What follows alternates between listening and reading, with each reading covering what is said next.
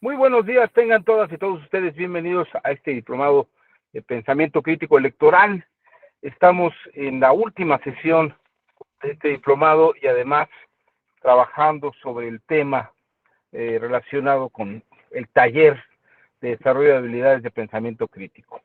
Eh, Desde el día de ayer estábamos comentando sobre esta, esta forma de pensamiento que, que surge desde los años 1930, 1940, que aunque parezca una cosa muy extraña, hubo una época, probablemente gran parte del siglo XX, junto con la revolución de las computadoras, que se pensó que la mente humana funcionaba fisiológicamente de una manera análoga y semejante a la de una computadora. En parte algo de esto es cierto, pero también lo que es cierto es que nuestra mente, tenemos una mente que no es producto necesariamente de un proceso fisiológico, sino que eh, se genera una actividad propositiva, no como una reacción natural automática, sino que efectivamente es una forma mental propositiva que debe de desarrollarse. Desde el año 57, 59, Noam Chomsky, George Miller, Jerome Brunner, en la Universidad de Harvard y en el MIT, mostraron que existe esta forma de pensamiento que además es creativa y sin duda alguna es la que distingue el pensamiento común del pensamiento propositivo, creativo, y además es el que aporta estas nuevas soluciones. A mí me parece que es una área muy interesante porque es a partir de esta parte de nuestra mente, de este sector de nuestra mente, que el trabajo jurídico se vuelve creativo, propositivo y efectivamente hace que el derecho avance y se vaya transformando con el paso del tiempo. Eh, el día de ayer, estuvimos platicando sobre, sobre el tiempo, sobre que una de las formas de organizar y de desarrollar el pensamiento crítico es precisamente definiendo y determinando los momentos y los sentidos que tiene una situación en cada instante. Los momentos y los sentidos que tiene una situación en cada instante. Y para esto hay me atrevería a decir, habituar a la mente a tener esta capacidad crítica de percepción. Ayer platicábamos sobre la afirmación de Aristóteles sobre si mañana habrá batalla naval. En el caso de Aristóteles, la afirmación mañana habrá batalla naval o siempre es verdadera o siempre es falsa. Para Aristóteles, la idea del tiempo es absoluto. La idea del espacio también es absoluto. Hay un solo espacio y un solo tiempo, cosa que luego algunos otros autores darán una serie de teorías distintas absolutamente, como Albert Einstein, ¿no? Tal vez 2000 años, 2023 siglos después de lo que dijo Aristóteles, Albert Einstein planteará que, que la física cuántica pues muestra que no hay un solo espacio y un solo tiempo. Pero bueno, en la época de Aristóteles, o coetáneo a Aristóteles, tal vez un poco más grande, estaba Protágoras de Abdera, quien era propiamente el iniciador de una corriente que se llamó el relativismo, en el que todo dependía del parámetro de observación que una persona tuviera. Y esto a Aristóteles le molestaba mucho porque decía, las cosas son lo que son o no son lo que son, ¿no? Algo así como, ¿estás con nosotros o no estás con nosotros? Y aquí esto es importante porque la afirmación, mañana habrá batalla naval, eh, es una afirmación que si la vemos desde el punto de vista aristotélico, eh, si es verdad, no importa en cuándo y cómo se diga. Es como, a lo mejor va a sonar un poco tenebrosa esta afirmación, pero es como si dijéramos, eh, todo el mundo va a morir. Y esto es cierto, es una verdad y no hace falta que, que se compruebe para que se confirme. Todos morimos, todos los seres humanos vamos a morir. Por lo menos esta afirmación hasta ahora ha sido irrefutable, ¿no? Eh, y no hace falta que el fenómeno ocurra, porque efectivamente va aconteciendo. Otra afirmación que no es tan tenebrosa y tan macabra puede decir todos crecemos, todos vamos viviendo a lo largo del tiempo. No hace falta que terminemos de vivir para que la afirmación sea verdadera y se compruebe, ¿no?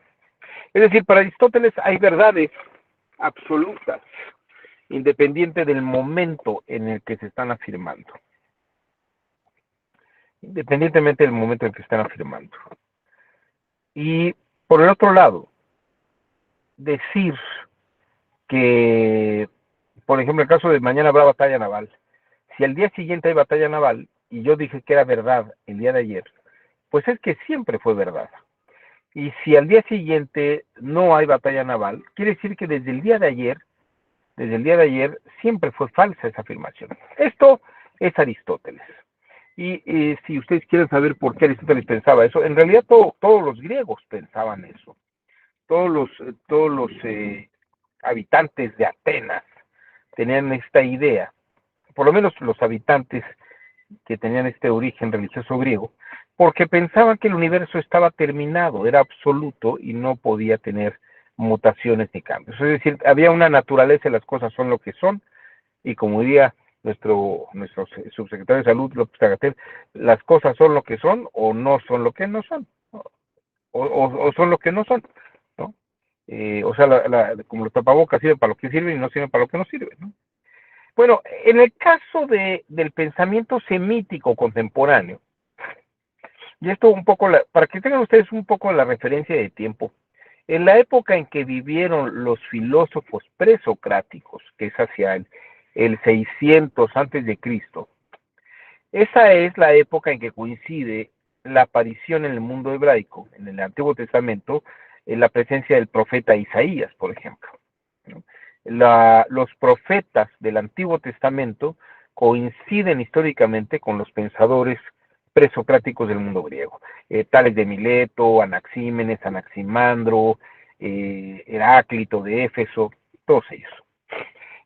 Sin embargo, el pensamiento hebraico no tenía esta idea del tiempo absoluto. Para los hebreos, el pensamiento era un pensamiento que podía moverse en el tiempo. Y Diodoro Crono era un personaje que vivía en las islas griegas, al igual que los estoicos también eran personas que vivían en Grecia, pero no eran griegos puros, era gente que venía de origen semítico. Para ser tal vez un poco más claro, pues por ejemplo hay una comunidad libanesa y una comunidad judía que vive en México, pero no son originarios de México. O bueno, son originarios tal vez en cuanto a su historia personal, pero no la historia de sus creencias y sus pensamientos. La forma en que llevan su vida no es la mexicana pura, ¿no? Eh, a lo mejor habrá judíos que coman tacos al pastor y cosas de este tipo, y a lo mejor les gusta el chile relleno, pero eso no quiere decir que sean mexicanos en cuanto a su cultura y su formación. Esto es un poco lo que pasa exactamente con el mundo griego. Diodoro Crono y, por ejemplo, los estoicos no creían que el tiempo fuera absoluto. Pensaban que el tiempo se movía, ¿no? Y las circunstancias movían lo que hubiera en el tiempo. Entonces, aquí hay que señalar que el pensamiento crítico, de una forma operativa, tiene una semejanza mayor a la del pensamiento semítico, en cuanto que las cosas no se deben de ver de golpe, sino que se deben de separar por instantes, por momentos, instantes y sentidos. Este es el punto que desde el día de ayer he querido comentar con ustedes. Las cosas son en un momento, pero tal vez no son en el siguiente instante. Les voy a poner un ejemplo, creo que va a ser muy ilustrativo. Piensen ustedes que el día de hoy voy a un banco. Bueno, no, el día de hoy no. Vamos a pensar que en marzo del 2020, del 2021, voy a un banco y pido un préstamo. Me dan un préstamo que quieren ustedes $1,000,000 tal vez, ¿no? Me prestan $1,000,000. Y ven un poco mi trabajo, ven a qué me dedico, ven un poco a lo que estoy ganando. Me dicen, pues usted tiene buenas condiciones para pagar, ¿no? Y ocurre que en marzo, a finales de marzo del 2021, se declara la pandemia de COVID, con contingencia COVID-19, y todo el mundo nos quedamos encerrados en nuestra casa un año. El negocio que yo tenía ya no está dejando lo que estaba dejando, vivo un poco de los ahorros, pago los sueldos, pero a la hora que tengo que pagar en el banco los intereses y el préstamo, que además, como estamos en pandemia, no me está produciendo, tengo unas pérdidas. Para el mes de junio, julio, digo, no puedo seguir pagando el préstamo, necesito una ampliación, necesito renegociar el préstamo. Y entonces es como si la gente del banco me dijera, es que usted nos mintió, porque usted dijo que tenía para pagar, y ahora resulta que no tiene, es un mentiroso. Esta es la lógica de Diodoro Crono y los estoicos.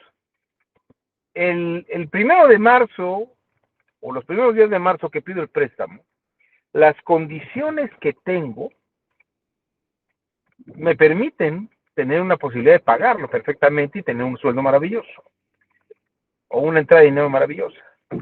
Pero cuando aparece una contingencia ambiental, como la que hemos vivido, pues mucha gente entra en una condición desfavorable absolutamente. Y es eso lo que Diodoro Crono dice. Hoy has dicho una verdad, y el día de mañana tu verdad no dejó de ser verdad el día que tú pediste el préstamo. Lo que pasa es que las condiciones han cambiado. Y no es que yo haya sido mentiroso el día que pedí el préstamo y me lo dieron, sino que era verdad en aquel momento y también es verdad ahora que no puedo pagarlo. Si el día de ayer decía que iba a haber batalla naval y además me estaba preparando para la batalla naval, yo almirante de las Fuerzas Armadas, y estaba listo para la batalla y tenía todo el mundo listo para la batalla, el día siguiente se firma la rendición del enemigo, entonces ya no hubo batalla naval. Pero entonces fue mentira lo que dije. Diría Diodoro Crono, en el momento anterior sí era verdad, pero en el momento posterior ya no lo es. Porque el tiempo no es absoluto. El tiempo no es eterno, como diría Aristóteles. El tiempo de la realidad es un tiempo que se va moviendo.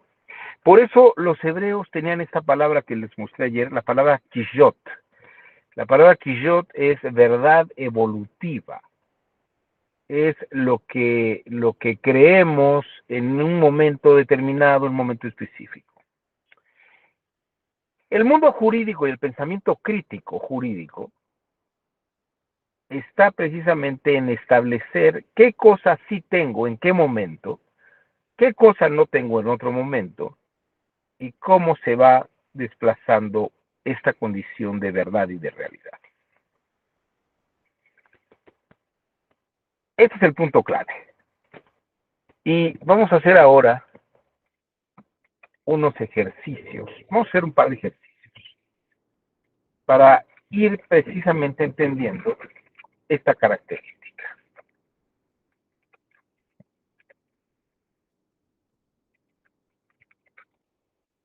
Nada más les voy a pedir que me brinden 5 minutos para cambiar de equipo y poder darles más.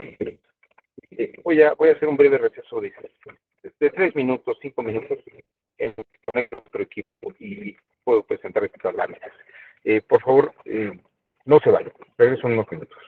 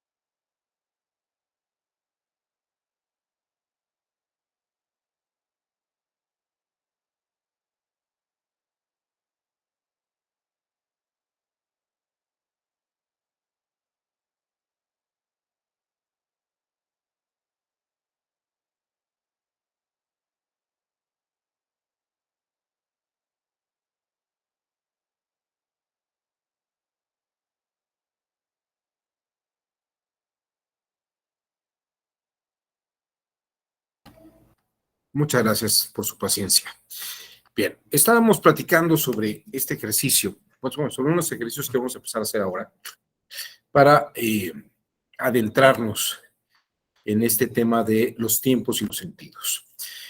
Probablemente este es uno de los ejercicios más antiguos que ha habido, de los más clásicos que hay, pero además es muy formativo, muy formativo. Bien, el ejercicio es el siguiente. Compartiendo, ahí está. Protágoras de Abdera, este gran pensador, era famoso en su época porque formaba grandes oradores y sobre todo fue conocido porque era un hombre que sabía convencer a todo el mundo de lo que afirmaba. En esta época había un joven llamado Evatlo que quería que Protágoras le diera clases para enseñar a convencer y poder ganar todos los juicios habidos y por haber y hacer una gran fortuna como abogado. Evatlo era un muchacho rico, era una persona de muchos medios, su padre era un gran empresario de la época y podemos decir que Protágoras pues era un maestro de grandes personajes de la sociedad ateniense, ¿no? Y además de varias otras polis de Grecia. Evatlo le pide a Protágoras que le enseñe a convencer y Protágoras acepta. Protágoras le enseñará a Evatlo a convencer. Entonces le da una serie de clases y antes de todo esto, convienen en que se le pagarán una cantidad aproximada de 1,000 minas, ¿no? Hagan de cuenta, 1,000 minas deben ser pues una cantidad como 150,000, 200,000 pesos actualmente de esa época, ¿no? Entonces, Evatlo pagará a Protágoras las enseñanzas. Pero hay una cláusula importante. Evatlo le dice a Protágoras que para comprobar, para valorar que efectivamente ha ganado, ha aprendido a convencer, bastará con que gane un solo juicio para que él pueda cobrar. Protágoras acepta y acuerda que basta con que Evatlo gane un juicio para que Protágoras pueda cobrar sus enseñanzas. Protágoras le enseña, le dice cómo postular la voz, qué decir, le hace juegos de pensamiento crítico, algunas formas de razonamiento y se va a otras ciudades mientras le dice practica y ya cuando regrese de mis viajes vendré a cobrar mi dinero. Entonces Protágoras se va y Evatlo va al foro, al ágora griega, ateniense, y intenta defender a su primer cliente. Y pierde el primer juicio. Intenta por segunda vez y pierde el segundo juicio. Va con un tercer cliente y pierde el tercer juicio. De tal forma que Evatlo pierde 20 juicios al hilo. 20 juicios al hilo. Parecía el eterno subcampeón del Cruz Azul en sus peores épocas, que pasó 20 años sin ganar una copa, ¿no? Más de 20 años sin ganar una copa. Bueno, no sé si aquí alguien le vaya a Cruz Azul, perdónenme el ejemplo, pero creo que es muy didáctico. Evatlo no había ganado ni un solo juicio de los 20 que llevó. Regresó Protágoras y Protágoras le exige el pago a Evatlo. Y Evatlo le dice, no te voy a pagar, Protágoras, porque no he ganado ni un solo juicio. Entonces Protágoras, enojado, demanda a Evatlo. Y en el juicio, Evatlo esgrime sus razones, habla de esta cláusula que tenían. Evatlo comenta sobre las lecciones que recibió de Protágoras. Protágoras efectivamente confirma que él le dio clases y que efectivamente, dice Batlo, no ganó ni un solo juicio de los 20 que llevó. Los jueces deliberan y le dicen a Protágoras y a Batlo: este tribunal ha estudiado y escuchado las partes, ha escuchado las partes y ha estudiado lo que han dicho las partes, y declara como vencedor a Evatlo. Efectivamente, Evatlo no está obligado a pagarle a Protágoras porque no ha ganado ninguno de los 20 juicios. En ese momento, Protágoras esboza una gran sonrisa y le dice a Evatlo: me pagas. Y Evatlo le dice: no, no te pago. Los jueces y las juezas han dicho que no te pago y no te pago. Pero le dice Protágoras: pero tú acabas de ganar un juicio, por lo tanto me tienes que pagar. Evatlo pierde bien juicios al hilo y hay que preguntarnos si Evatlo le pagará a Protágoras. ¿Qué piensan ustedes? ¿Qué piensan ustedes? ¿Dónde está la respuesta a esta paradoja?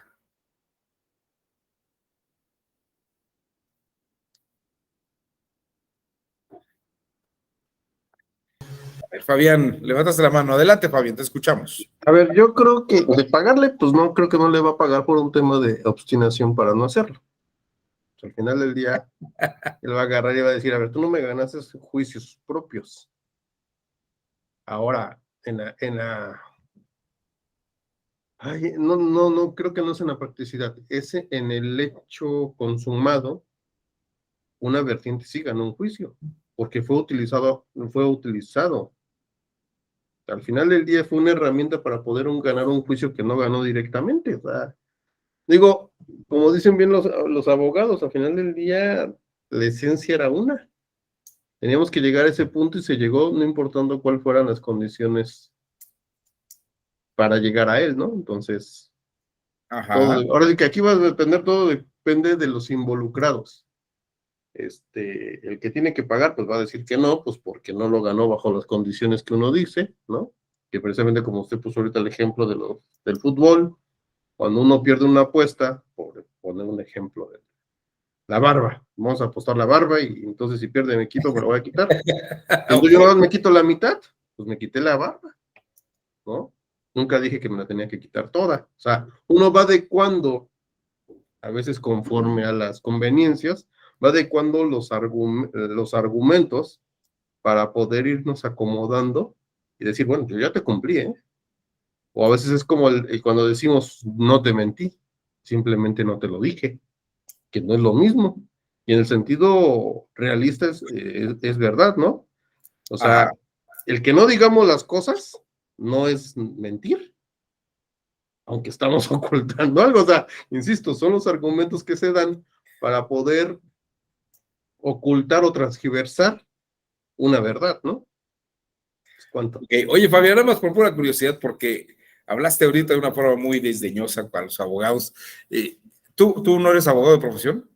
No, soy de convicción. Eres abogado de convicción. De profesión, tengo 9 semestres de ingeniería. Ok. Y entonces el abogado ha sido por un tema electoral. Y entonces estoy cursando la carrera de Derecho. Sensacional, maravilloso, me parece Pero, sí excelente. pero no es un tema de desdeño, sino es un tema de como ellos los dicen, ¿no? O sea, yo desgraciadamente todavía no soy abogado, entonces yo no me puedo considerar como tal, ¿no? Bueno, pero ya tienes el corazón de abogado, Muy bien. ¿Alguien más? A ver, usted, Abel Vargas, ¿qué piensa? Adelante, le escuchamos.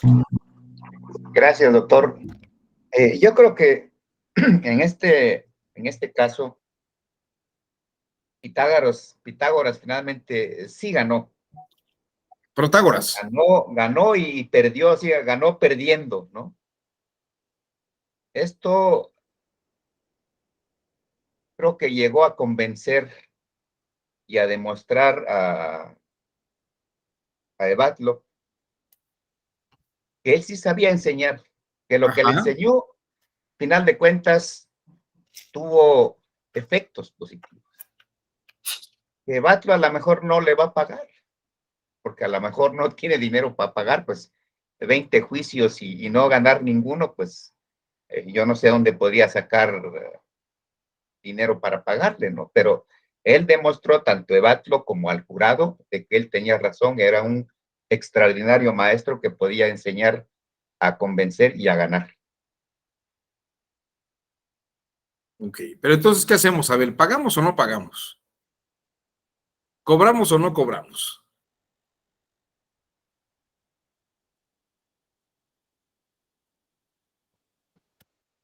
Pues yo creo que no cobramos porque no nos van a querer pagar. No vamos a cobrar. Muy bien. A ver, alguien más, una tercera persona, antes de que vayamos a hacer el ejercicio ahora. Fíjense, no me han estado haciendo caso sobre lo que dije, pero ahorita vamos a ver cómo sí podríamos adentrarnos en esta fórmula. No sé, a ver, Abel Medina, Clara Luz, tú, Manuel. ¿Ya de plano? Bueno, a ver, fíjense bien ustedes, les he dicho que las cosas tienen un sentido y un tiempo. Las cosas tienen un sentido y un tiempo. Fíjense ustedes bien este planteamiento.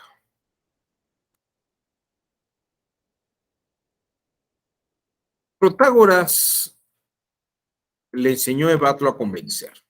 Ahora, del juicio 1 al 20, Evatlo pierde todos los juicios. La litis del juicio en el que está Protágoras con Evatlo está también dentro del juicio mismo que se va llevando. Es decir, el juicio en el que están Protágoras y Evatlo está en la litis también. ¿O la litis solamente abarca el juicio 1 a 20? Porque ellos en realidad están en un juicio 21. Ese juicio 21 también está en el debate, también está dentro de la litis a discusión.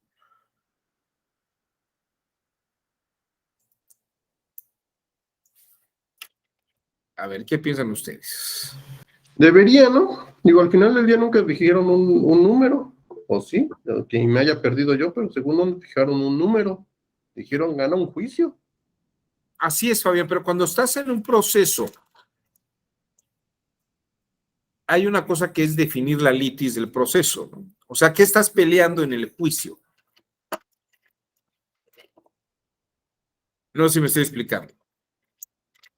La litis del juicio 21 ¿es sobre los juicios 1 a 20 o también incluye el juicio 21? Tú me dices que sí lo incluye. Pero ¿qué es lo que puedes probar? Es que la esencia del pleito Sí, es que no haya ganado ningún juicio. claro. ¿Y qué es lo Si que en los prueba? si en los documentales no está de qué número a qué número, Claro, eso pero nos da apertura a meter el 21. ¿qué tienes para probarlo? ¿Sobre qué Que, estás decidiendo?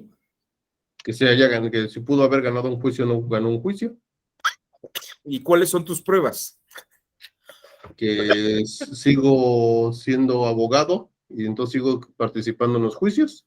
Entonces de hecho puedo seguir indefinidamente hasta que gane un juicio. Es más, la apuesta podría estar no cerrada. Bueno, Lo que, digo, el bueno, trato. fíjate, si eso fuera así, los jueces podrían decidir.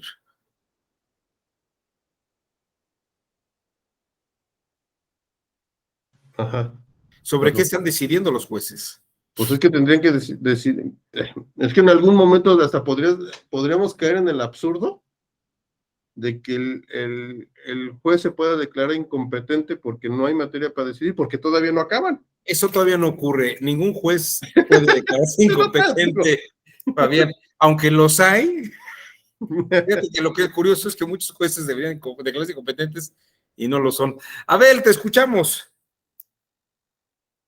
Gracias, doctor, nuevamente. Pues yo creo que se tiene que determinar la litis, ¿no?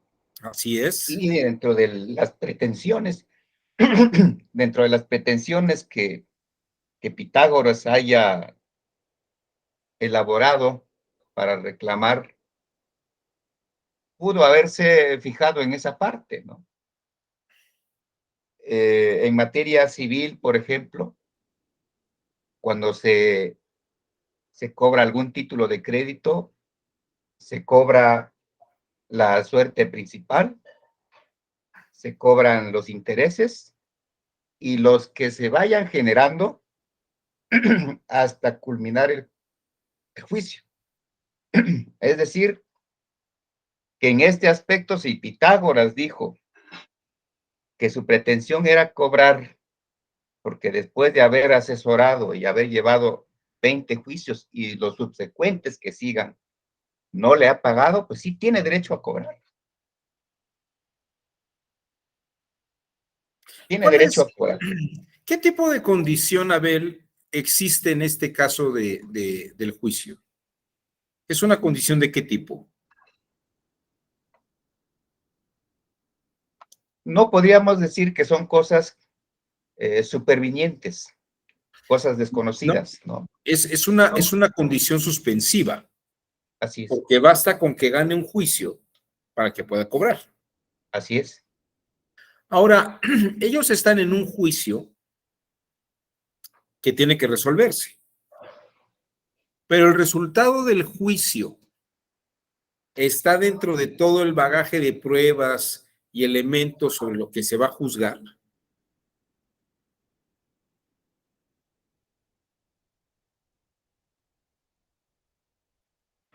No, Claro que no. Esto está en la lección de Protágoras y de Batlo. Yo puedo estar en un juicio discutiendo sobre lo que tengo. Tengo 20 juicios, no tengo más juicios que esos 20. Y lo que estamos debatiendo es si se dio la condición para cobrar en esos 20 juicios, que son lo único que hay. La litis, y sobre lo que tienen que decir los jueces, es sobre lo que le están presentando. ¿Cuántas veces se presentó Evatlo en el foro? 20. ¿Cuántas veces ganó? Ninguna. Hay una condición suspensiva. Basta con que gane uno para que pueda cobrar Protágoras. Entonces, vamos a revisar nuevamente esto para que vean ustedes dónde nace esta parte de lo crítico. Quedamos que del juicio 1 al 20 es lo que va a llevar a juicio Protágoras. Pero estamos en un juicio 21. El juicio 21 todavía no se ha resuelto. De hecho, va a resolver la litis y el problema que hay del juicio 1 al 20. En el juicio 21 se declara que Evatlo no le paga a Protágoras porque el juicio 1 al 20 no ganó ni uno solo Evatlo. Y Protágoras está contento, pero no porque haya ganado el juicio 21, sino porque ya logró en el juicio 21 que se diera la condición suspensiva de ganar un juicio para Evatlo.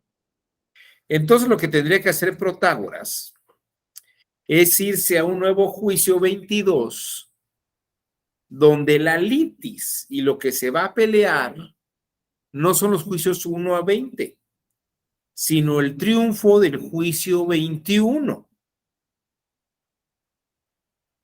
Como verán, son distintos momentos, son distintos asuntos. Los jueces resuelven que no paga en el juicio 21 porque el objeto de la litis son los juicios del 1 al 20 donde Evatro no gana nada.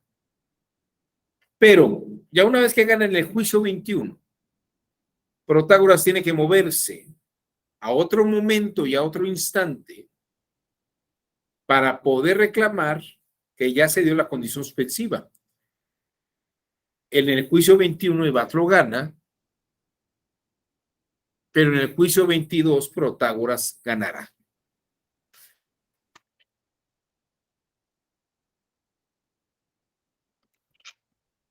No sé si se ve el tema con claridad. Una cosa es una cosa en un momento y otra cosa es otra cosa en otro instante.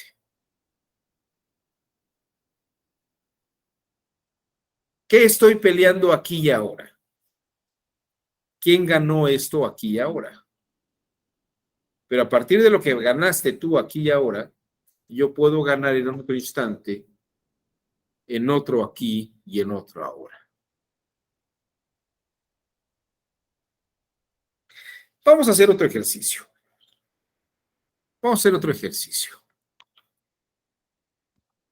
Este tal vez es un poquitito más abstracto, pero es un buen ejercicio.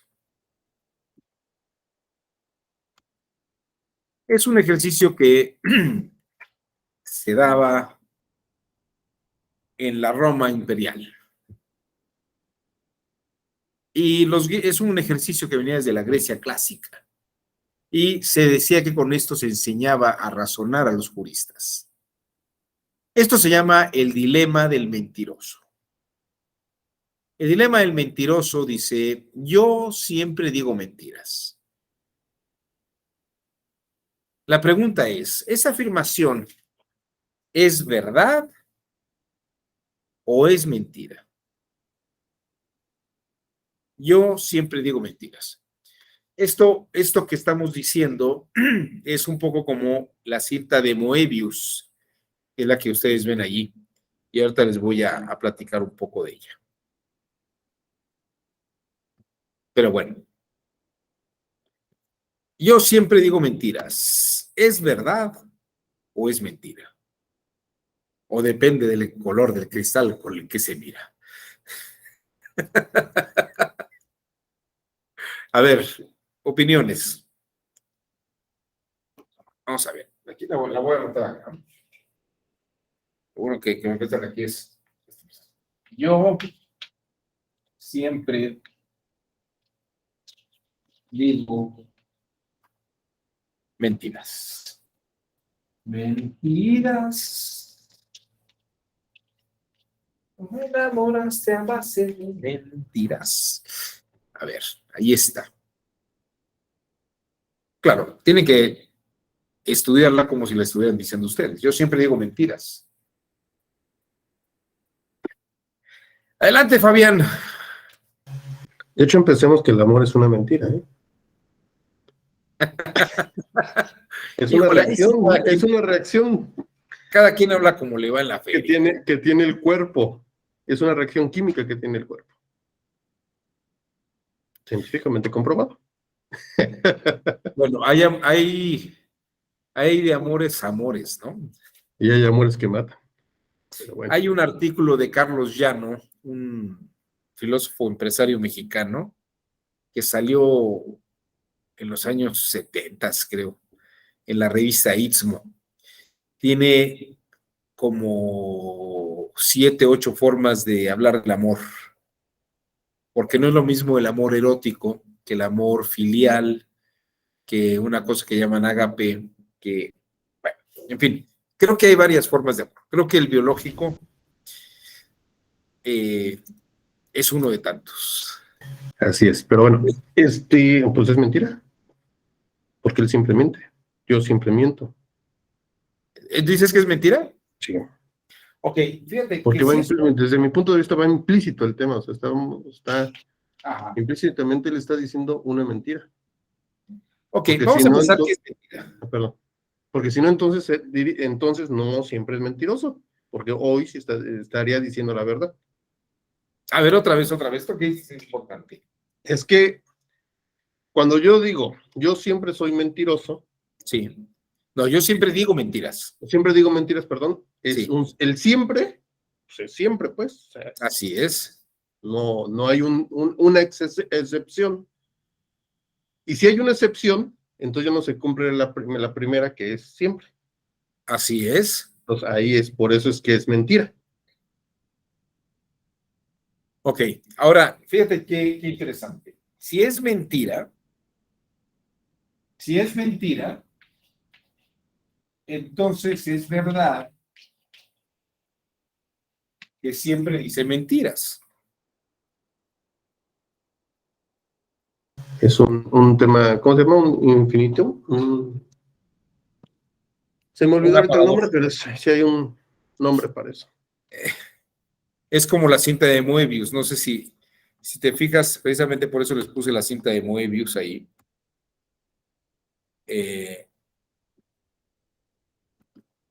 Es una cinta que si ustedes la cortan por en medio, en realidad la cinta no se rompe, se va haciendo más larga y más grande, ¿no?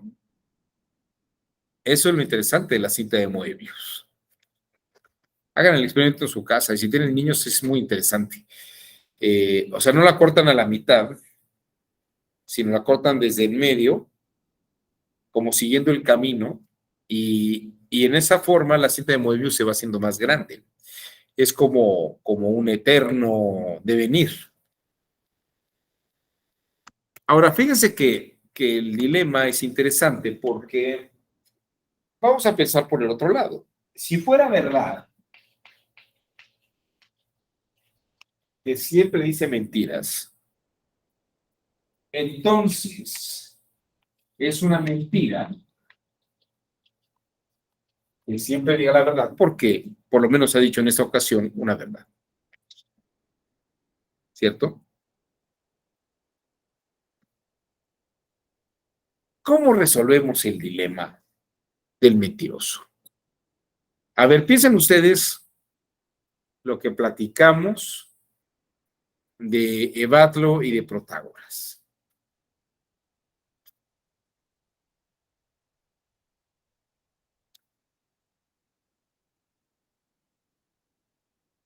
Tun, tun, tun, tun, tun. A ver, Medina, ¿anda usted por allí? Nada más entró a la clase, pero apagó la cámara, apagó todo. Se me hace que andan chambeando. El tema del trabajo en el Poder Judicial siempre ha sido ese. Uno tiene hora de entrada, pero nunca tiene hora de salida.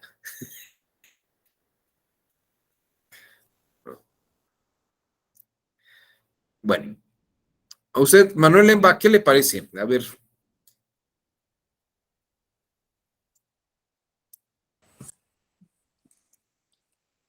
Bueno, es que estoy ordenando mis ideas.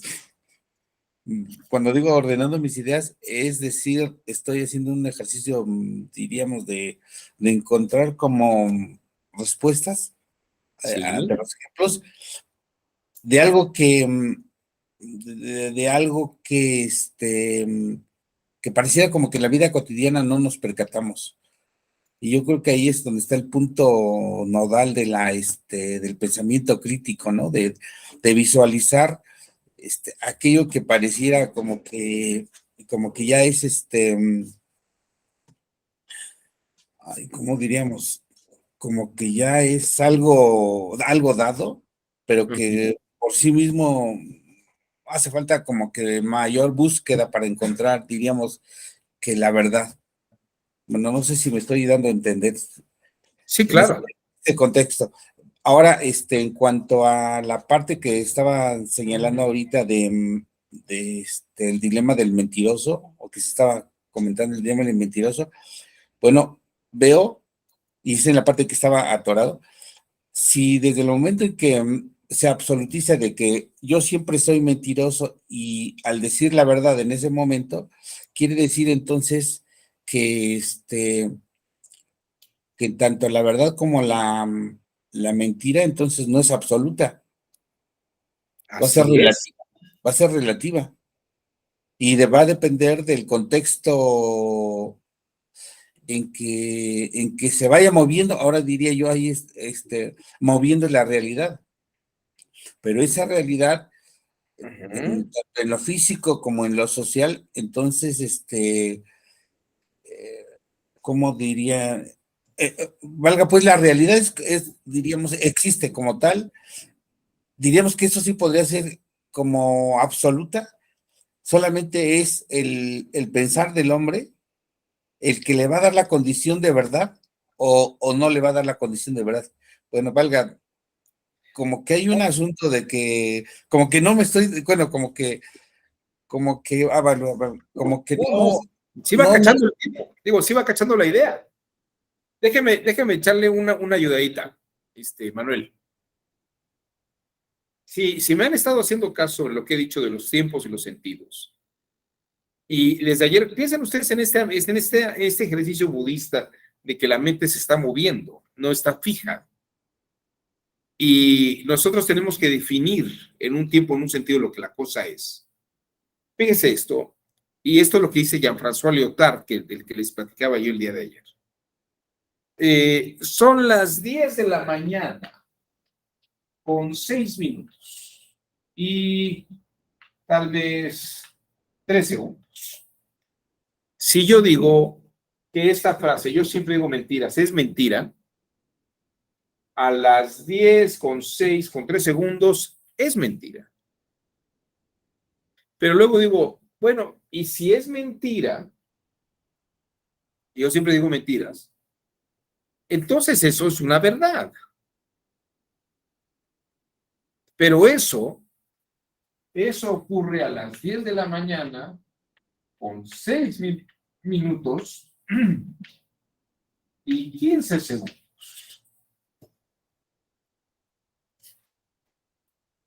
El tiempo no es el mismo.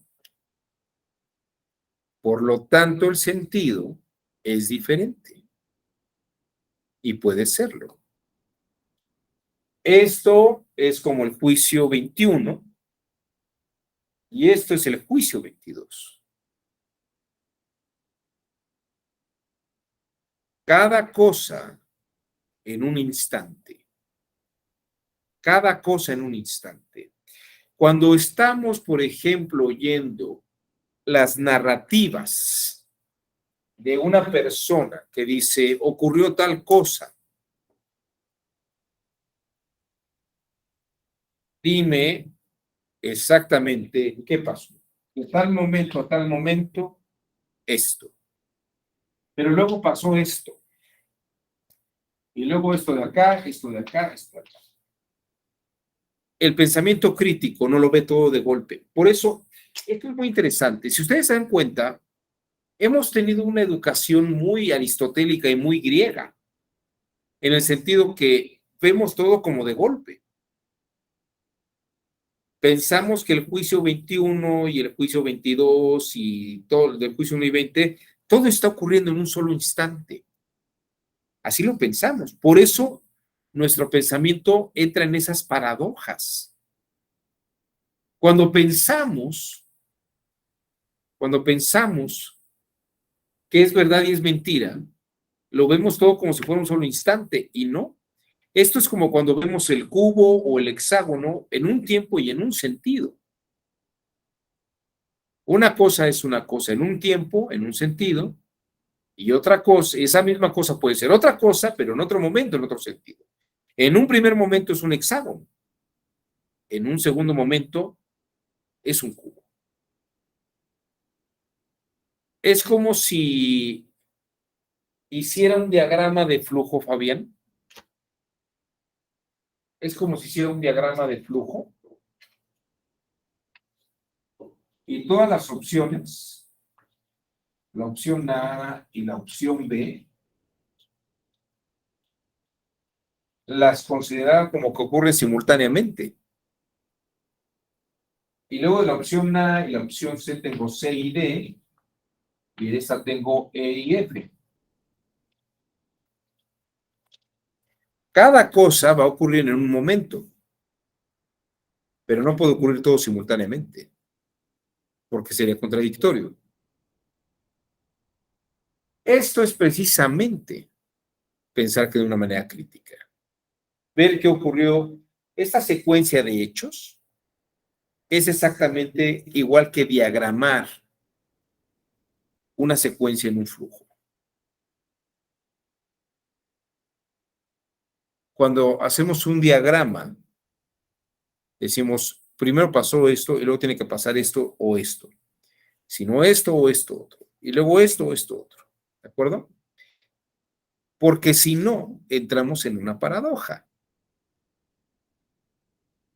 Entramos en una paradoja. Y lo primero que tiene que hacer el pensamiento crítico jurídico y el pensamiento crítico jurídico electoral es distinguir tiempos y sentidos. En términos tal vez de ingeniería, si me lo permites, si tú me dices, Fabián, es traducir las declaraciones del que denuncia, del demandante, las declaraciones del demandado para ver cómo se dan el diagrama de flujo. ¿En qué momento está diciendo qué y en qué momento está diciendo qué? Oiga, es que él dijo que tenía para pagar el préstamo el 1 de marzo. Pues sí, pero estamos al 6 de julio del 2021 y no se ha trabajado en 3, 4 meses. Las condiciones laborales son distintas. Entonces, no es que haya mentido. En ese momento, en ese sentido, en este punto, no mentí. Pero en vez de que siguiera el diagrama en esa dirección, la situación y el contexto ya no me deja aquí, me deja acá. Y yo estoy pidiendo que resolvamos por acá, porque las condiciones han cambiado. Denme un segundo, déjenme poner un borrador, porque no tengo uno aquí a la mano.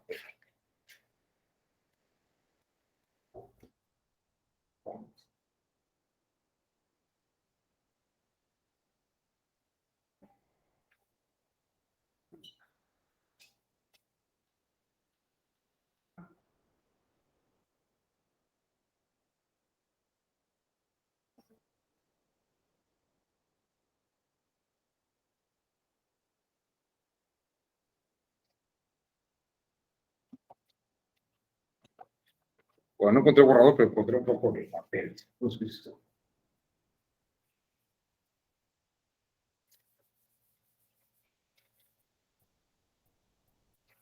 Esto es precisamente lo que quiero mostrarles. Las cosas pasan en un tiempo, en un sentido. Y pueden pasar en otro tiempo, pero entonces el sentido es diferente. Eso es pensar de una forma crítica. Cuando los padres fundadores, cuando los primeros migrantes llegaron a América, todos todavía reconocían al rey de Inglaterra. Pero las condiciones en ese territorio cambiaron y decidieron tomar control sobre sus destinos. Entonces las condiciones cambian y la revolución de independencia en Estados Unidos empieza a finales del siglo XVIII. El rey Jorge VI diría, no, ustedes siguen siendo súbditos de Inglaterra. Y los padres fundadores dirían, no, ya no somos, eran súbditos los que llegaron, pero nosotros ya no somos súbditos. Esto es lo que señala Jean-François Lyotard en todos estos textos que se llama La diferencia, que está editado en Gediza. Y esto que estoy platicando está precisamente en el texto Tiempo y Juicio. Tiempo y Juicio, que los americanos han estudiado en esa línea. Dice Tomás de Aquino, toda situación objeto de análisis judicial, bueno, esto no lo dice Tomás de Aquino, pero sí, Tomás de Aquino, reúne en sí misma sus propias circunstancias y contextos. En derecho nunca hay universales. En el siglo XIII, Tomás de Aquino decía que en la medida que entrábamos en casos particulares circunstanciales, los eventos se iban modificando y las decisiones también se modificaban. Déjenme presentarles ahora a este señor que se llama Mark Hauser.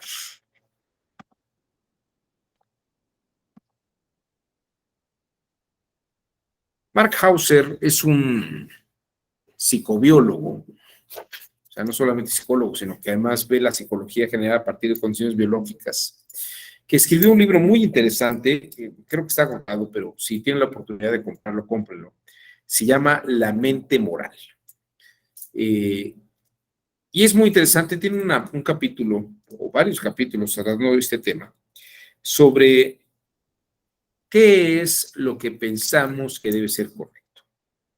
Y miren, el primer ejemplo que pone Mark Hauser es el siguiente.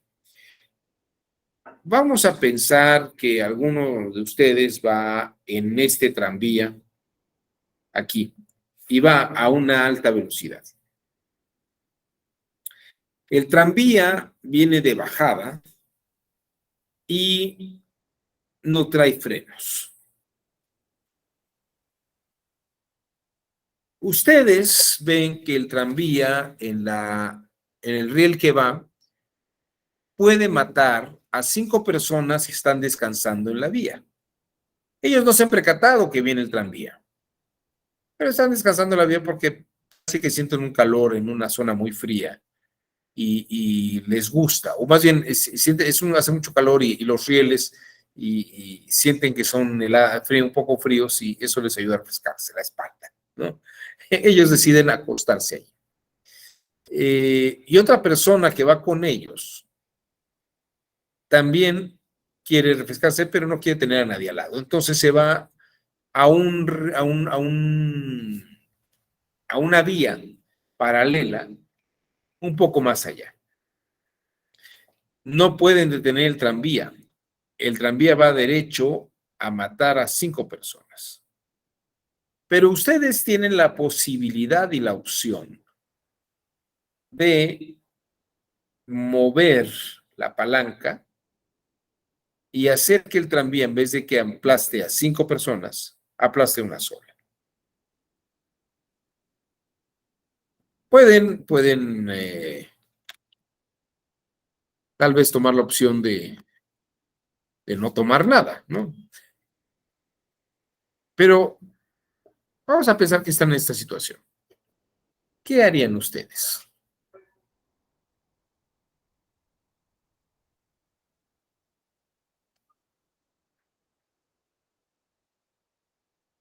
Ya Gabriel Moreno se aburrió y ya se fue.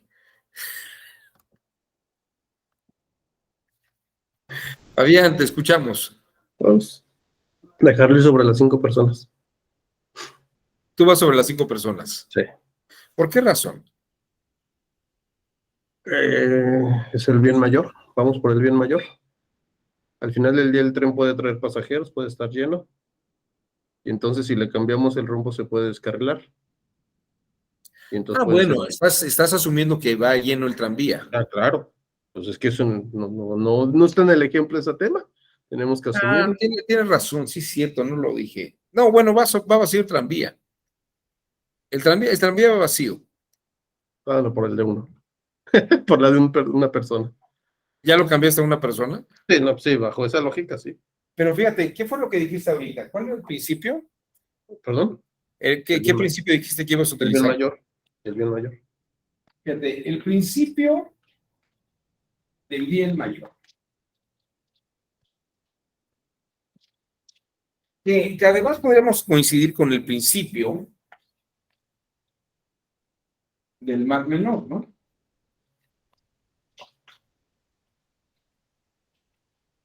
Es decir, buscar lo que es mejor y evitar lo que es, evitar el mayor mal y tal vez lograr un mal menor, ¿no? ¿Alguien más? ¿Alguien? Bueno, así visto con esto, Fabián, siento que no hay nadie en el tranvía. acabas de dar una respuesta que el 99% de las personas da, a nivel mundial, desde los esquimales hasta los bosquimanos. Bueno, los bosquimanos no tienen tranvías, pero sí en un alto nivel de población mundial. Esto que has respondido es muy, muy, muy normal. ¿Alguien tiene alguna otra opinión al respecto? ¿No? Abel Medina ya regresó. Es que se había aburrido. Bueno, ahora vamos a poner un segundo ejemplo. Es el mismo Mark Hauser el que pone el ejemplo. A mí me gustaría variar, ¿no? Pero bueno, vamos a ver. Vamos a pensar un segundo ejemplo. Tenemos 5 personas que quedan recostadas, el mismo tranvía que va sin pasajeros, pero va a una alta velocidad, no tiene freno y se va a estrellar. No tenemos otra vía alterna, pero tenemos a un amigo gordito, muy grande, muy obesón, con un notable desorden alimenticio, que está viendo desde donde estamos nosotros viendo todo, que el tranvía, bueno, él está viendo hacia las 5 personas que están descansando sobre la vía y no ven el tranvía, y el gordito amigo nuestro tampoco ve el tranvía, pero nosotros vemos sí el tranvía y pensamos, bajo el principio del bien mayor y del mal menor, pues si arrojo a mi amigo el gordito a la vía, probablemente él detenga el tranvía y salve la vida de 5, aunque la vida de mi amigo el gordito perezca, ¿no? En ese caso, ¿arrojamos al gordito o no arrojamos al gordito?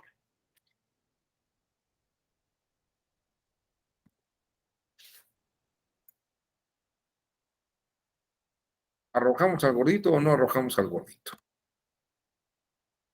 Fabián dice que no. Esto que teníamos en los principios, Fabián.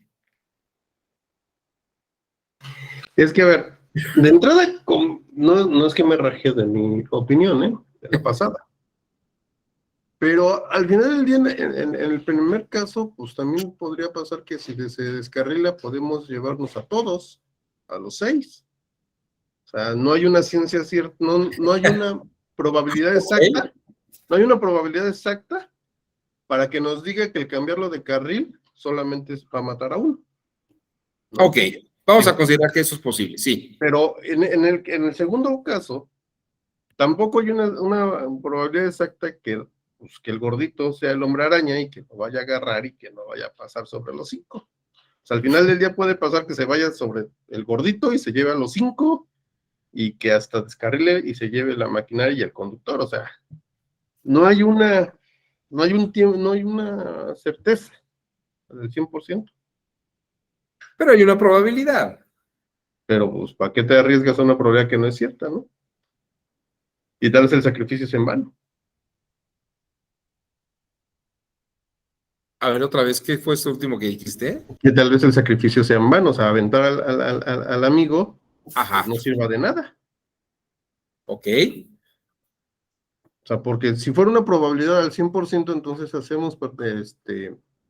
usamos el tema del bien mayor. Pero si no hay una probabilidad al 100%,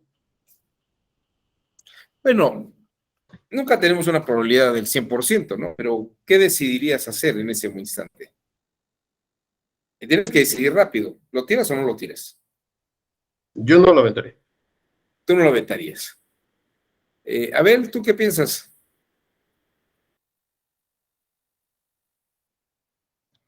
Yo también comparto lo que dice Fabián. Yo tampoco no lo aventaría.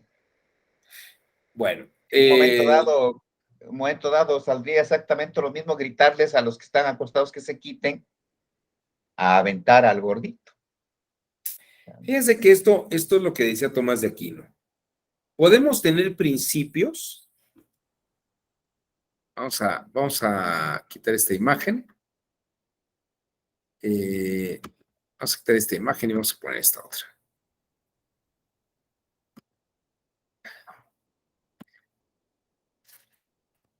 Tomás de Aquino dice, y esto lo dice en la Suma Teológica, por si quieren tomar nota, dice, la razón especulativa, bueno, a ver, déjenme sacar esto. Para Tomás de Aquino y para Kant y para algunos filósofos, tenemos, déjenme salir de aquí un minuto, tenemos dos formas de pensamiento, que son la razón teórica, es toda la teoría y el pensamiento abstracto que tenemos una razón práctica, que es esta que sigue los principios, y tenemos una razón empírica. Bueno, esto ya no lo dice propiamente Kant ni Hegel, pero la razón práctica tiene principios. Y como lo acaba de decir Fabián, tenemos principio del mal menor o del bien mayor, y esos principios rigen el comportamiento. Pero hay circunstancias y contextos específicos donde a lo mejor la razón práctica no es muy segura. Si el principio del mal menor o del bien mayor nos lleva a seguirla ciegamente, como decidimos que mate a una persona en vez de a 5 en la vía del tren, tal vez el segundo ejemplo también es el mal menor o el bien mayor arrojando al gordito a la vía. Pero en ese caso, fíjense que ustedes mismos han decidido que no es una buena idea. Entonces el principio del mal menor o del bien mayor no es muy práctico. Ahí funciona lo que sería una razón empírica. Una razón empírica.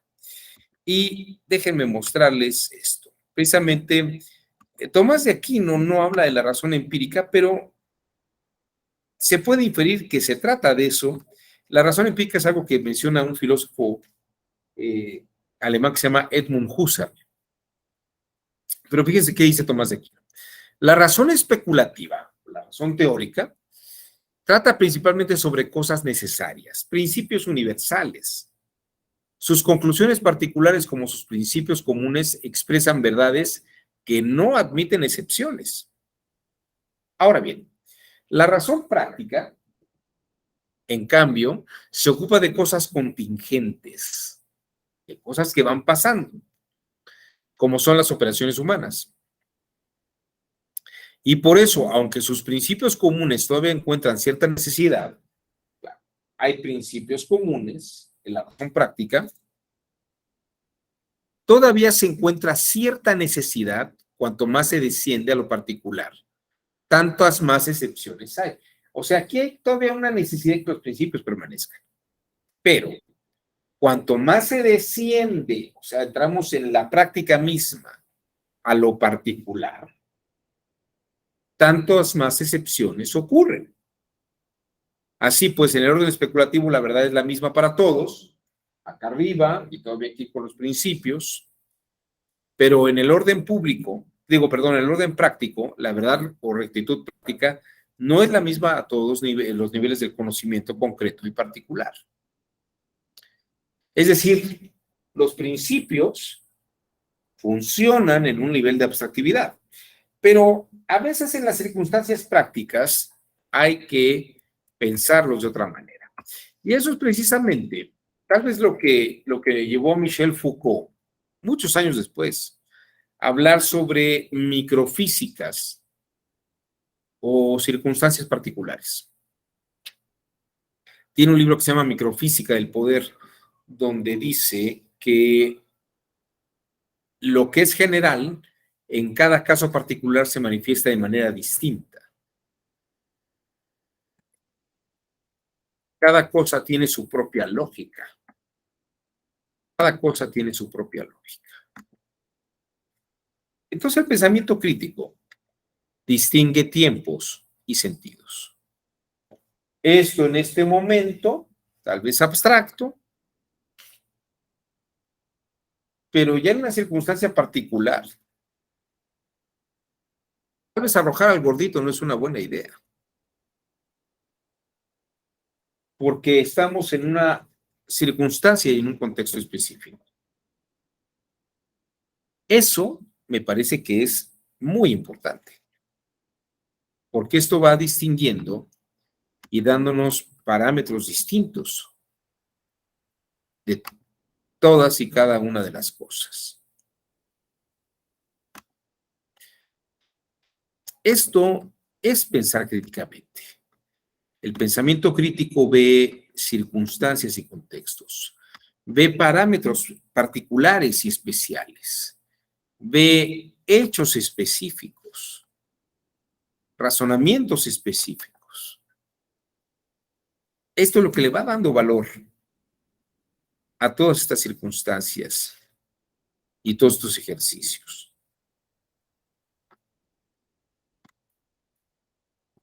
¿Qué cosa ocurre en qué momento? ¿Qué cosa ocurre en qué momento y en qué contexto?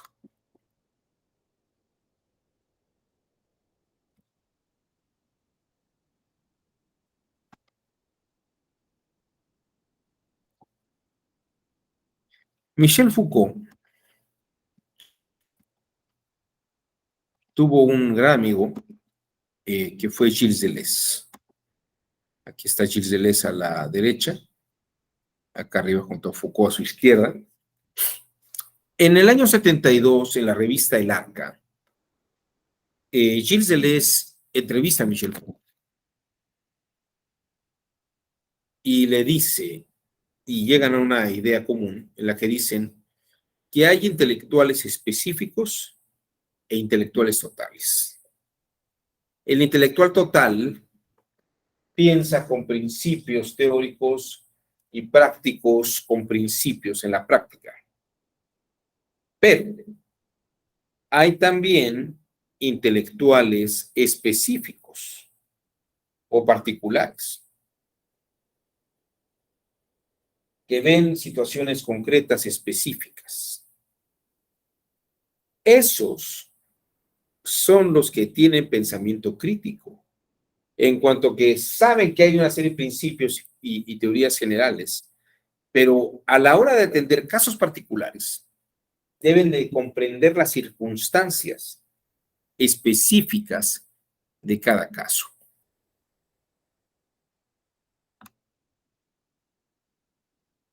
Niklas Luhmann, este gran científico social alemán, distinguió sistema del entorno. Nosotros podemos tener una forma de operar sistémica, pero el entorno en el que estamos, en un momento dado el sistema funciona con el entorno, pero si el entorno cambia, el sistema cambia. Vamos a escuchar algo de Niklas Luhmann. Aber könnten Sie vielleicht trotzdem versuchen, den Grundansatz, die Grundprobleme Ihrer Theorie einmal kurz anzugeben? Ja, das ist möglich. Jede moderne Systemtheorie setzt an bei der Differenz von System und Umwelt. Im gesellschaftlichen Bereich gibt es eine Vielzahl solcher Systeme, zum Beispiel Familien, Schulen, politische Parteien, Wirtschaftsbetriebe, die Justiz und so weiter. Und Umwelt dieser Systeme ist jeweils alles andere. Umwelt ist also nicht nur die natürliche Umwelt, sondern auch die Vielzahl der konkreten Menschen mit ihren je unterschiedlichen Persönlichkeiten und schließlich die jeweils anderen sozialen Systeme. Mithilfe dieser Vorstellung einer Differenz von System und Umwelt kann man nun analysieren, wie sich soziale Systeme, das gleiche gilt natürlich auch für psychische Systeme, im Verhältnis zu ihrer Umwelt ändern. Zu einer Umwelt, die sich ihrerseits laufend ändert. Esto es importante, porque el pensamiento crítico sabe que las cosas no permanecen exactamente igual todo el tiempo. Y hay que empezar a ubicar qué cosa pasa en un momento y qué pasa en otro momento. Vamos a ver algunas pautas que pueden servir para desarrollar este pensamiento crítico. Vamos a decirlo en esos términos. Déjenme poner acá el pizarrón. Ahí está.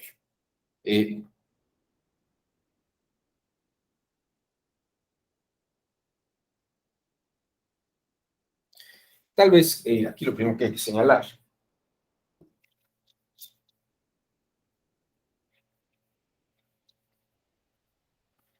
Para tener esta razón teórica y esta razón práctica, entonces lo primero es definir tiempos.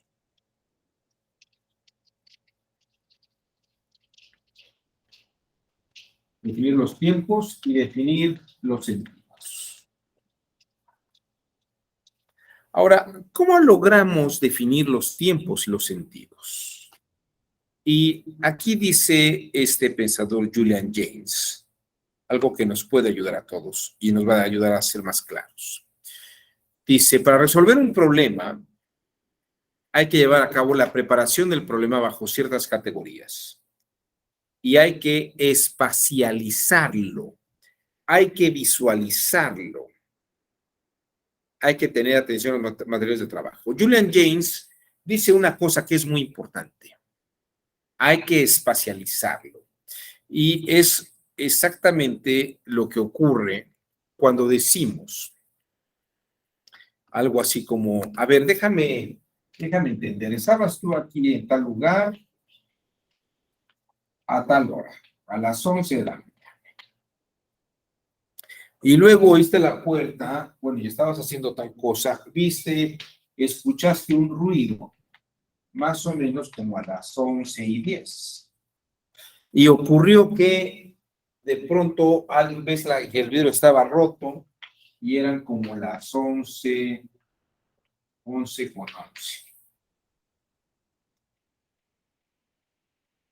Y luego dijiste que habías visto desde las 11:05 un jarrón que estaba en buen estado, pero luego dices que a las 11, digo, a las 11:11, que viste el jarrón roto. Quiere decir que a lo mejor el ruido está relacionado con aquello. Pero fíjense, estamos dividiendo tiempos y sentidos. ¿En qué momento pudieron haber ocurrido qué cosas? ¿Cómo ocurrieron? ¿Cuándo? ¿Cómo? Pero primero espacializarlo. Ver el lugar, el tiempo y los sentidos que tienen. Ese sería el consejo de Julian Jaynes. Ya una vez que estamos, para definir tiempos y sentidos hay que espacializar. Pensar en un espacio, espacializar.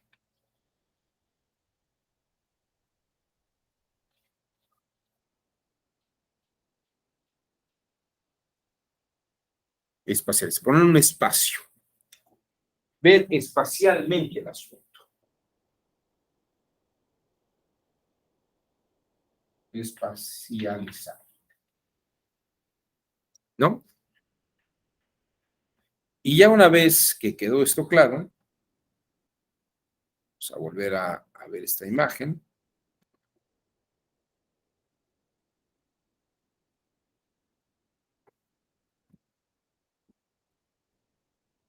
Visualizar y temporalizar.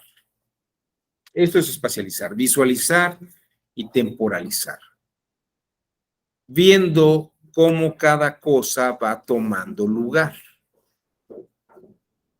Viendo cómo cada cosa va tomando lugar. ¿Quién está en qué lugar? ¿A qué horas? ¿En qué momento las cosas van saliendo del escenario y van estableciéndose? ¿En qué momento? Y hay que verificar si la mecánica de hechos coincide con mi percepción narrativa de los tiempos y los sentidos. Hay que ver si la narrativa coincide con tiempos y sentidos. El tiempo se establece en razón de la persona que narra. Esa es como la tercera cosa importante. La narrativa de las partes.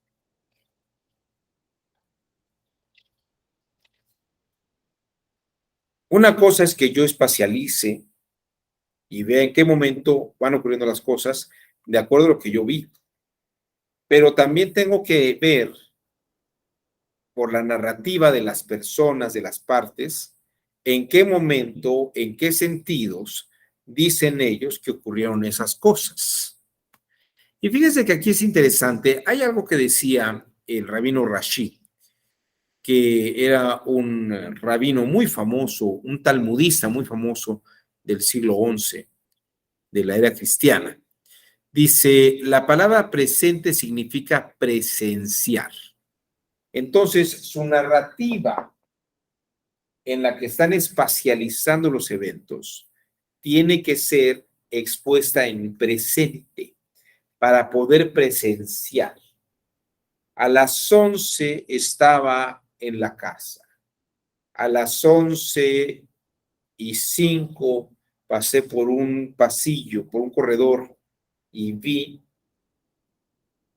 o más bien, a las 11 estaba en la casa, estoy en la casa. A las 11:05 paso por el corredor y veo un jarrón en buen estado. A las 11:10 escucho un ruido. A las 11:11 voy hacia donde está el ruido o donde escuché el ruido y además veo un jarrón roto.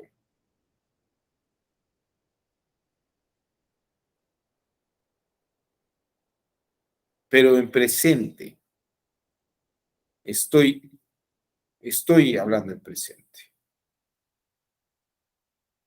Estoy en la casa, a las 11:05 paso por el corredor y veo el jarrón. A las 11:10 escucho un ruido presente. A las 11:11 voy y me dirijo a donde está el ruido. A las 11:11, 11:10, 11:12, el final de las 11:11, principio de las 11:12, observo que el jarrón está roto. Todo eso está ocurriendo en presente. Narro el aquí y ahora porque es lo que estoy presenciando y lo estoy espacializando. Con este método, con estas formas metódicas, lo que logro es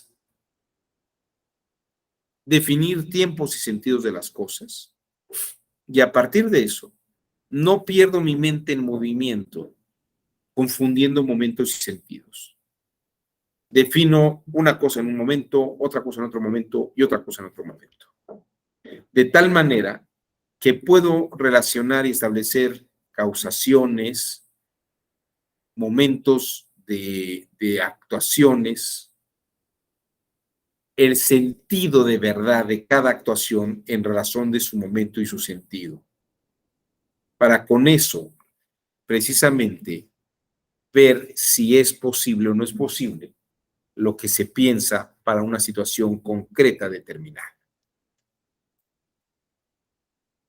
Hasta aquí este taller de pensamiento crítico, de desarrollo de habilidades de pensamiento crítico. Esto con la idea de que echen ustedes en la práctica estas pautas. Cuando escuchen una historia, traten de esquematizar, o como le decía yo a Fabián, hagan una especie de diagrama de flujo.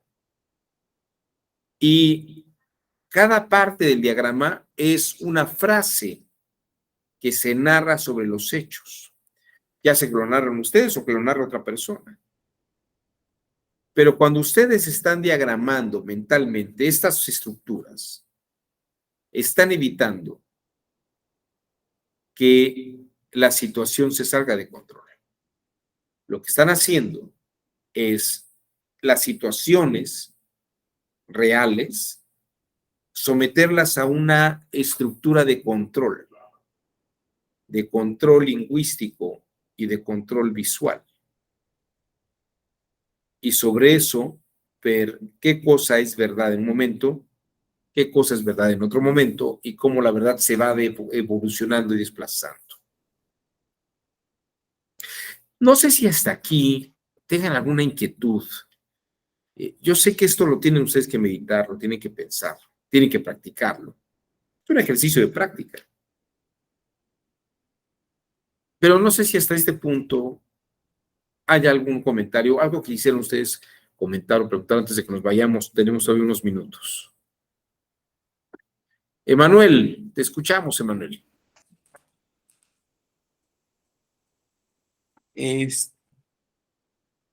Veo un asunto en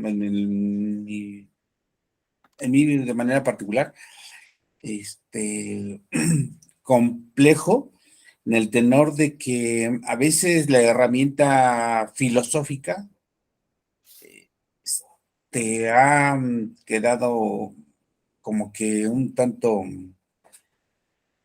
rezagada en estos tiempos para explicar las circunstancias, llámese jurídicas, sociológicas, pero al terreno propiamente jurídico que nos aboca en este momento, porque a veces se conjetura mucho el actuar de los jueces, es más el mismo papel de los abogados, porque veo que en esa parte del razonamiento, en el caso del razonamiento crítico, más bien que debiese ser como el pensar del que imparte justicia, diríamos así, o el que se mueve en el ámbito de la justicia, que sería el abogado, tendría que ir sobre la cuestión valga, de la justicia de la verdad, pero a veces veo yo que se mueven tanto en el poder decir, bueno, pues cuánto dinero voy a sacar en este evento, ¿no? Me veo tal vez un poco apresurado a estar haciendo este tipo de cosas, pero cuando vemos en la información de las notas periodísticas, vemos que un juez que hizo esto, que un abogado hizo esto, y a veces como que no se apega a la realidad. Pero ¿a qué voy? ¿A qué voy en esta cuestión? Que se hace necesario, porque cuando ingresé al diplomado de pensamiento crítico, bueno, me interesaba precisamente el ir viendo de cómo estaba razonando la persona, o sea, cómo me voy a llevar esta herramienta del razonar, porque creo que por ahí es donde tendría así como que una carencia. ¿Por qué tengo que pensar, diríamos, ahora sí como en la última cuestión que estábamos hablando, ¿por qué tengo que pensar pero con la verdad o para la verdad y no ir falseando la realidad? Y veo lo siguiente, de que se hace necesario, pues sí, el pensamiento crítico siempre va a ser necesario en todo nuestro actuar, llámese de la disciplina que sea. Y voy concluyendo, pero un poco afirmando con lo que ya se ha estado visualizando en el diplomado, que la realidad como tal existe. El hombre que va a interpretar esa realidad, pues se va a estar moviendo de acuerdo a las circunstancias, de que no todo va a ser absoluto, porque una verdad puede ser factible para este momento, pero para otro momento ya deja de ser verdad y ya va a ser una mentira. Es más, sí, puede ser una mentira, o sea, no, como lo diría también, porque fue una de las tareas que dejó, y yo me aboqué un poquito nada más ahí a ir con Sócrates, y dice Sócrates que la verdad es la búsqueda continua, y es inacabada siempre. Bueno, entonces me deja otro problema, ¿no? A mí, bueno, en lo particular me deja otro problema, y Parménides dice que hay que, señala que no estar de acuerdo con todo. Bueno, entonces dice que no nos dejemos de engañar por lo aparente. Entonces, para efecto de una cuestión jurídica, entonces el juzgador tendría que estar buscando, diríamos, hasta el último requisito del elemento que haga posible llegar a la verdad, porque el punto es la verdad, ¿no? Ahí sería, o sea, para decir, se va a impartir justicia de acuerdo a las circunstancias, y en ese caso las circunstancias, pues sería de las circunstancias de la verdad, porque no vamos a juzgar en cuestión de mentiras, sino buscar del por qué sí merece esta sanción o por qué no merece esta sanción, pero es de acuerdo al último, todo lo posible, de hacerse de los elementos que justifiquen que es posible sancionar, pero esos elementos apegados a la verdad. Gracias. No, muchísimas gracias, Manuel, porque lo que acabas de hacer es precisamente hacer una síntesis de lo que platicamos el día de hoy. Y sin duda alguna veo que ha quedado muy claro. El pensamiento crítico nace cuando dejamos de creer que todo tiene una única razón, una única forma y una manera de entender las cosas. Y a veces la realidad no sale bien porque pensamos que los principios siempre son iguales y son los mismos para todos los casos, pero a veces hay que desarrollar, a veces nos intentamos que la realidad es cada vez es más incertidumbre que seguridad. Y la razón crítica, vamos a llamarla así, es una razón que ayuda a resolver problemas en la contingencia eventual que se va presentando. Y precisamente que es eventual porque no está programada, es eventual. Por eso se llaman eventos, porque son eventuales. No es que ocurra cada rato. El volcán Popocatépetl hace erupción eventualmente. Hace pequeñas llamaradas y explosiones, pero son eventuales. No sabemos ni cuándo ni dónde va a estallar. Bueno, sí sabemos dónde va a estallar porque está ahí el Popocatépetl, pero no sabemos cuándo y qué comunidades serán las más afectadas. Pues muy bien, muchas gracias, Manuel. Te agradezco porque sirvió de corolario para terminar este diplomado en pensamiento crítico electoral. No sé si alguien más quiere decir algo antes de que nos vayamos. Les agradezco a Clara Luz, a Gabriela Moreno, a Abel Medina, a Alberto Sánchez, pero sobre todo aquí a Manuel Emba, a Fabián Caloca y a el estimado Abel Vargas por la participación en este taller que permitió la retroalimentación y precisamente aterrizar todo lo que hemos platicado el día de hoy. Sin más, les agradezco su generoso tiempo. Espero que los trabajos no sean de dificultad. Como verán, son más de experiencia personal y ver cómo lo desarrollan que hacer investigación teórica menos práctica. O sea, es más práctica lo que se pide en el trabajo y una exposición sobre esto mismo. ¿No hay nadie más? Bueno, pues les agradezco su generoso tiempo, que tengan el excelente resto de la semana. Estamos a la mitad, precisamente. Hasta luego, Fabián, Manuel. Gracias, doctor. Gracias. Gabriela, que te vaya muy bien. Hasta luego. Gracias. Gracias, compañeros.